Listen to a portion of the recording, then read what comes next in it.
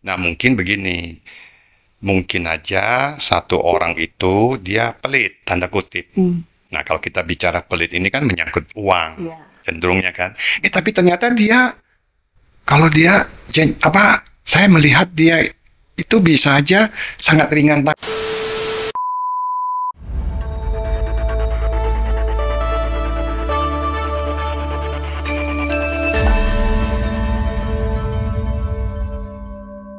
Namo Sang Hyang Adi Budaya, Namo Budaya.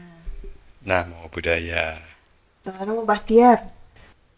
Sekarang ini di dunia modern kan biasa katanya orang-orang lebih materialistis, lebih mengejar materi. Kalau berdana agak mikir-mikir, mungkin ada sebagian orang gitu yang kalau untuk berdana itu agak sulit gitu. Bagaimana nih Pak menurut Pak Bahtiar nih sekarang kondisi? Ya, saya mau ucapkan Namo Sang Hyang Adi Budaya, Namo Budaya. Ya, tentunya pertama-tama terima kasih ya sudah diundang untuk bincang-bincang kita.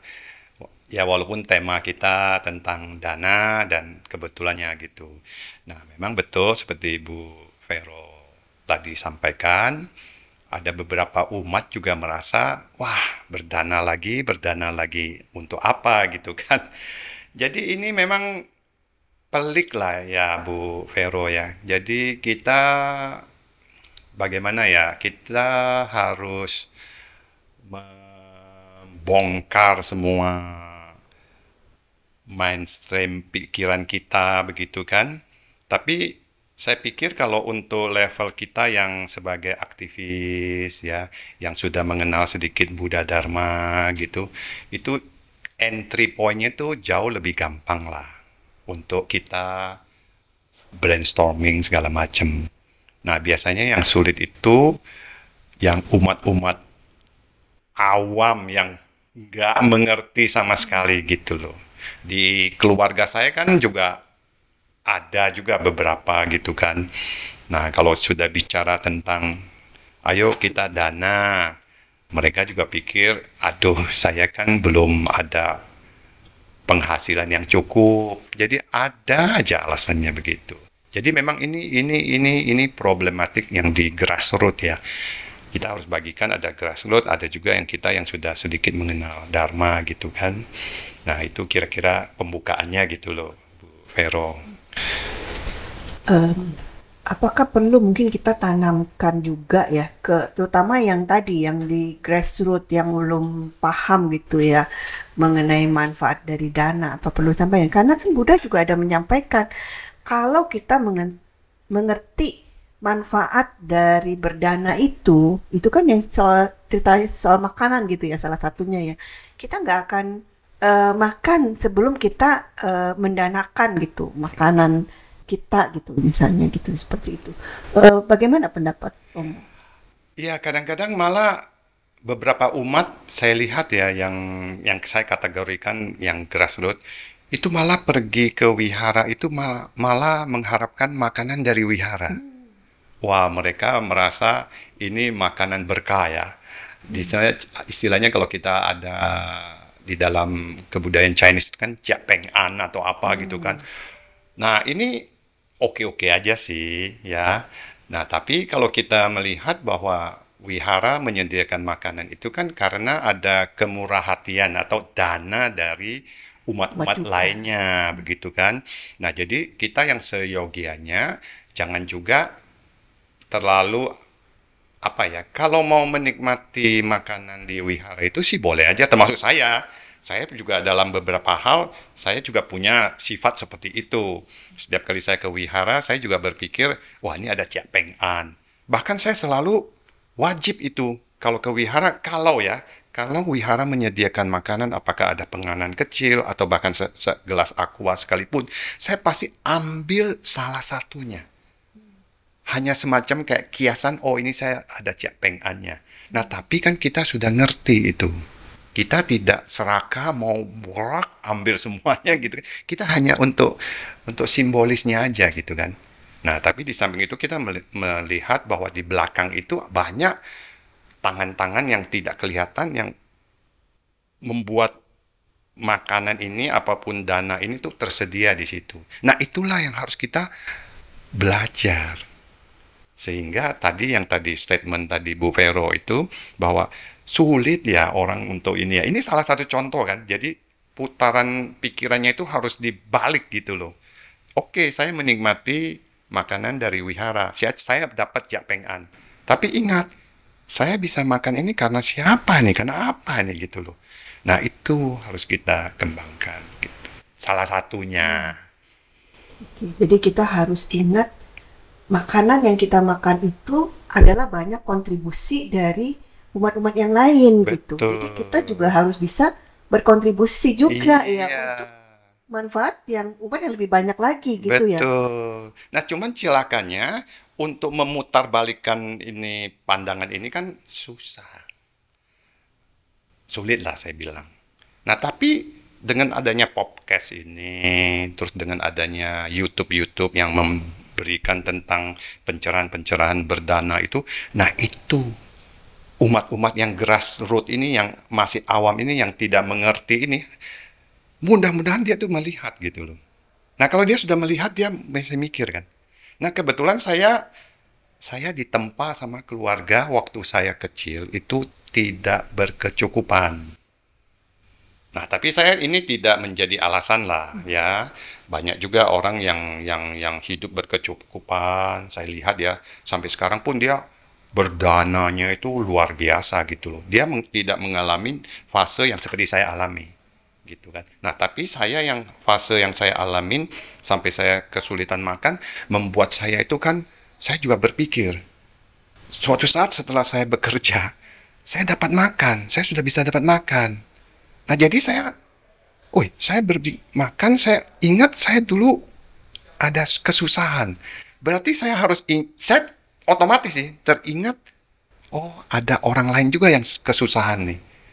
Perlu bantuan itu. Nah, ini timbul. Nah, cuman ini apakah by nature saya dapat insight pribadi, saya juga tidak tahu. Masalahnya kan kita sekarang mau mendidik ke audiens nih. Nah, audiens itu ya harus dipaksa kalau menurut saya. Dalam beberapa hal harus dipaksa. Gitu.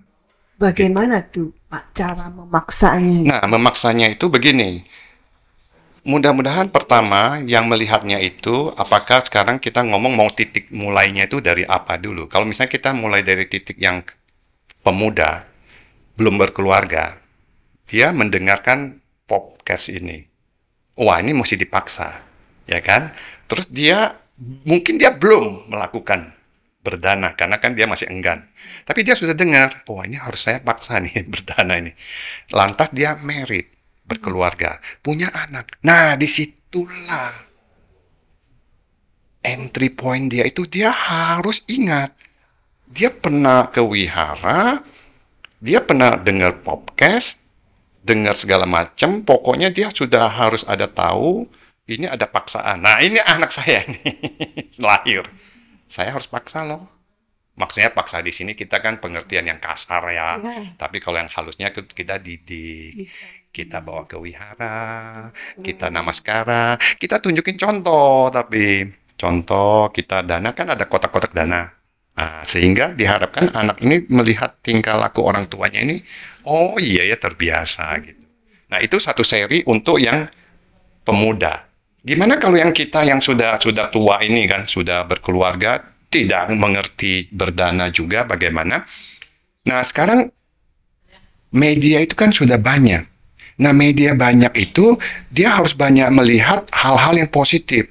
Yang positif dilakukan oleh pendana-pendana lain gitu loh. Ya mudah-mudahan dia harus melihat. Begitu dia melihat, nah ini menjadi inspirasi buat dia. Oh iya ya, ternyata penghasilan saya sudah cukup lah. Terus saya lihat kok ini ada orang yang masih mau berderma. Nah, dia koreksi diri sendiri. Sehingga mudah-mudahan ada lecutan gitu. Kira-kira gitulah Bu Vero. Ini kan hanya kita ngomong ya kita bincang-bincang aja ya. Jadi teman-teman yang menyaksikan ini bisa juga ikut komen, share, forward gitu kan. Jadi kita ada ada dinamikanya gitu kan. Jadi oh ini mungkin ada sharing pengalaman yang lain, memperkuat wawasan dari kita, topik kita pada pop ini atau hari ini. Nah, untuk orang yang tadi Wahtiar bilang, misalnya masih sulit nih mengeluarkan uang gitu ya untuk berdana. Padahal kan dana nggak harus hanya berupa materi ya, bisa berdana tenaga atau dhamma atau nasihat atau apapun atau bahkan senyuman gitu ya. Eh, apakah itu bisa gitu ya Pak ditanamkan ke orang-orang yang mungkin masih istilahnya materi itu masih utama gitu. Gimana? Jadi gini, sebenarnya kalau kita mau melihat itu, yang tadi kita ceritakan kan lebih ke arah materi. Nah, kalau kita lihat lagi, ada beberapa yang kita sebut, misalnya bukan dana materi. Dana untuk menolong orang, ya mempermudah kelancaran seseorang, itu juga sudah Karena dana pelayanan. Nah, mungkin begini, mungkin aja satu orang itu dia pelit, tanda kutip. Nah, kalau kita bicara pelit ini kan menyangkut uang, ya, cenderungnya kan. Tapi ternyata dia, kalau dia, saya melihat dia itu bisa aja sangat ringan tangan, nah, membantu gitu ya. membantu. Nah, ada kasus adik saya, memang kalau dilihat dari sisi materinya mungkin masih ya cukup lah, cukup. Tapi saya nggak bisa memaksakan dia juga untuk memaksakan, kamu walaupun kamu misalnya penghasilanmu UMR, tapi kamu harus dana ya, nggak bisa juga. Tapi diam-diam kan saya amatin dia ringan tangan di keluarga. Kami kalau ada apa-apa siap bantu, ini siap bantu. Nah, gitu. Bahkan kalau misalnya ada acara apa yang tidak beres, dia bisa beresin gitu. Sama kan kita seperti kayak ke kebaktian di wihara kan. Kita melihat ada matras kurang bagus, kita beresin, Rapikan, rapikan. Itu kan ganti yang lebih layak iya, digunakan. dirapikan, diberesin. Itu spontanitas kan. Itu sebenarnya bagian dari dana juga, Betul. ya kan? Nah, itu kalau kita lihat lagi misalnya pengertian dana itu kan sebenarnya kan kemurahan hati, ya kan? Bisa berarti kemurahan hati juga. Jadi banyak sekali yang bisa kita lakukan gitu loh Bu Belo. Jadi benar ini bukan hanya di materi saja untuk melayani orang. Nah, memberikan nasihat. Nah, cuman dalam memberikan nasihat ini memang ini tanda kutip juga ya. Kadang-kadang ada orang yang terlalu kepo, ya kan? Terlalu banyak memberikan nasihat yang aneh-aneh itu. Nah, itu sebaiknya kan harus bijak-bijak juga. Seperlunya lah gitu kan. Kalau kita yakin bisa memberikan nasihat yang baik dan benar, ya kita sampaikan aja gitu. Tapi kalau nggak yakin, mendingan kita diem juga lah. Jadi menarik sih kalau kita diskusi tentang berdana ini, Bu Vero. Nah, kalau misalnya nih Pak, untuk anak-anak gitu ya, untuk anak-anak mungkin kan biasa mereka misalnya dia punya mainan atau baju ya misalnya. Kan kadang-kadang kita ada kesempatan untuk berdana baju layak pakai gitu ya untuk nanti dibagikan ke yang lain yang kurang mampu. Tapi kan kalau anak-anak, aduh saya masih seneng. Kayak dulu anak saya kalau ada beres-beres gitu ya, saya bilang ini sumbangan ya, ini sumbangkan. Aduh, saya kan masih suka, masih mau gitu ya. Bagaimana tuh Pak mengajarkan ke anak-anak? Ya, ini menarik. Ini tips yang saya sampaikan ini kan sangat kondisional ya maksudnya ya, dan sangat tergantung ke satu keluarga dengan keluarga yang lain. Bisa pas, bisa juga nggak pas. Ya kalau misalnya di keluarga saya itu kan kadang-kadang memang benar ada beberapa pakaian dia itu dia suka atau mainan. Kami sudah bilang, ayo Koko, ini kan sudah nggak pakai segala macam. Ya udahlah kita kasih ke tetangga yang mungkin lebih butuh gitu kan. Nggak mau gitu. Nah, untuk itu kami tetap mengajarkan begini, ayo kok, ini mainanmu ada berapa? 10 kan? 10 macam. Nah, kamu sudah main kan? Udah masih bosan enggak? Tadi dia jawabnya nggak bosan tetap. Oh enggak, dia nggak bosan. Ya udah, mau nggak mainan baru?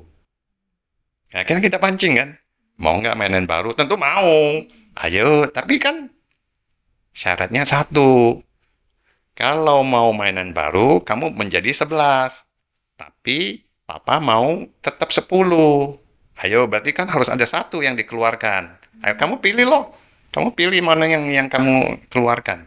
Kalau enggak, papa nggak mau beliin. Ah, di sini kita harus setengah keras kan?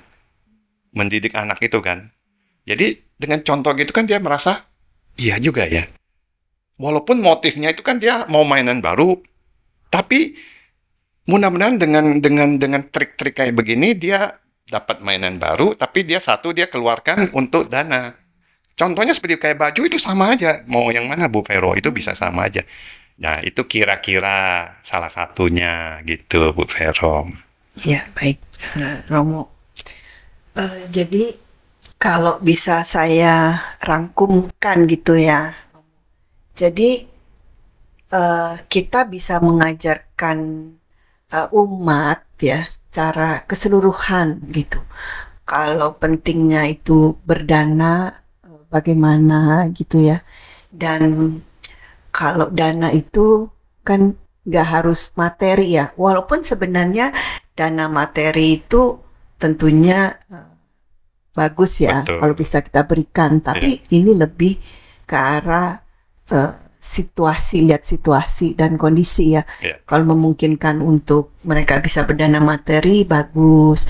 Tapi kalau enggak juga tadi ya, berdana apalah tadi bantuan gitu ya. Bantuan Itu ya. malah bagus ya. juga. Iya. Bantuan atau Iya. tadi apa yang sudah kita miliki sebelumnya tadi pakaian, Betul. mainan Iya. gitu. Nasihat. Nasihat itu juga bisa kita berikan walaupun tadi Romo Bahtiar ada bilang kita juga harus lihat ya secara bijaksana. Betul. Nasihat jangan sampai itu menjadi kepo ya. Iya. Itu jadi kita harus memberi nasihat yang sepantasnya gitu ya untuk itu. Iya. Nah, saya mau cerita sedikit yang menarik di keluarga saya. Karena saya ini kan pekerja. Jadi saya, ya di mata saya dapat penghasilan udah. Jadi memang ini salah satu kejelekan juga. Ya, nah makanya saya mau sharing di podcast ini. Nah, rekan-rekan atau teman-teman yang melihat podcast ini silakan komentar juga nanti kalau mau apa gimana. Jadi yang poin yang saya maksudkan, karena saya sudah biasa berkecimpung di dunia ekonomi pekerjaan, nilainya uang. Betul kan? Nah, jadi saya punya pikiran, kalau saya punya gaji sekian, saya sudah ada takarannya sih biasanya. Antara sekian-sekian saya akan kasih ke siapa-siapa gitu. Oh, jadi sudah ada pembagian. Sudah. Salah satunya ke mama saya. Rutin tuh. Kadang-kadang malah membuat saya ego juga kadang-kadang. Nah, ini nggak boleh ya. Di antara kakak adik, saya merasa saya cukup besar gitu kan. Tapi ini jangan ya, jangan ego. Nah, tapi ini yang menariknya Bu Vero. Di antara kakak beradik saya, malah ada satu atau dua, dia bisa mendeteksi kebutuhan mama saya akan baju. Dia bisa pergi kalau ke mana-mana, ke tempat rekreasi, dia beli baju untuk kasih mamanya, atau mama saya juga.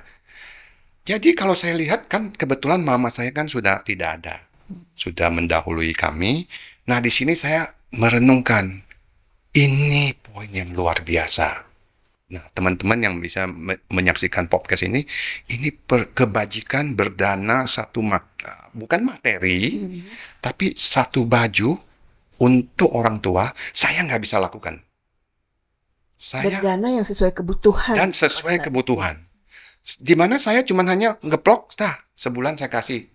Memang mama saya juga sangat terima kasih. Dengan ini kan dia bisa melakukan aktivitas yang lain-lain, bahkan ke luar negeri segala macam. Tapi ada adik yang bisa mendanakan dalam hal ini baju, dia pakai. Wah, saya juga pikir ini loh saya kurang.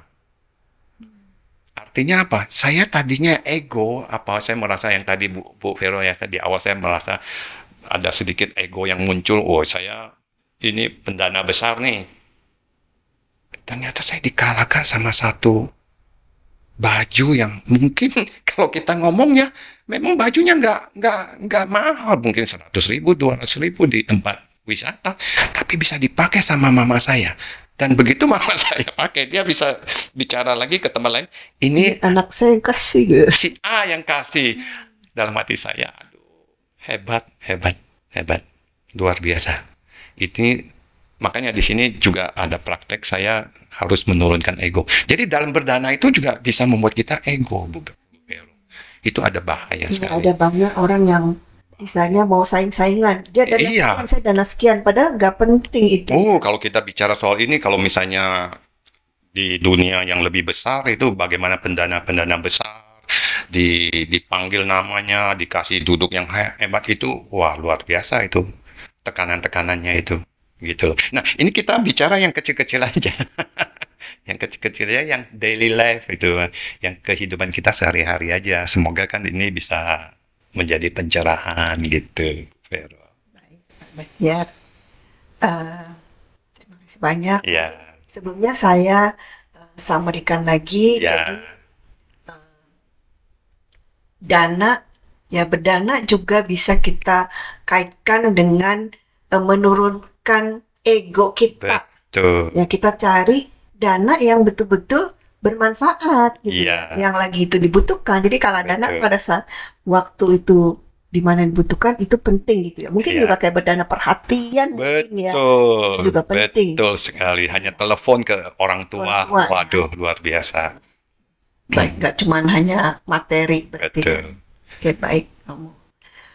Terima kasih banyak, Romo sudah berkenan sharing mengenai berdana. Semoga para pendengar bisa mendapatkan banyak manfaat dari sharing Romo kali ini. Baik, sebelum kita tutup, saya kasih istilahnya itu kata-kata pamungkasnya.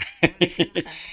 Saya harapkan, kalau menurut saya, kita kalau mau melakukan sesuatu apapun, misalnya yang baik ya tentunya ini ya, dalam hal ini misalnya berdana,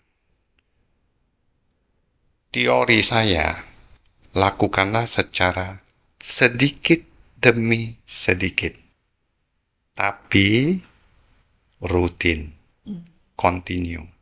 Menjadi kebiasaan gitu. Jangan putus-putus. Bagi saya, pergi berdana 1.000 rupiah dilakukan tiap hari, ya, dan terus-menerus tanpa putus, itu dahsyat sekali. Ibarat ini tetesan air bisa menghancurkan karang. Nah, ternyata dalil ini ada di suta. Nah, silakan teman-teman cari sutanya. Saya lupa, komen boleh lengkapi dengan suta ini. Itu kira-kira Bu Vero apa yang bisa saya sampaikan supaya semoga bisa bermanfaat bagi kita semua. Baik, Romo. Jadi kebajikan bisa lebih bermanfaat kalau kita lakukan setiap hari ya, bisa hingga menjadi satu kebiasaan untuk kita belas asih ya. Sedikit-sedikit saja, nggak usah pikir yang banyak, yang besar itu. Yang penting sedikit-sedikit tapi dilakukan rutin itu lebih banyak manfaatnya buat kita. Ada di Dhammapada kalau tidak salah. Baik. Terima kasih banyak Romo. Ya, selamat menikmati podcast ini. Namo Sang Hyang Adi Budaya. Namo Buddhaya. Namo Buddhaya. Udah.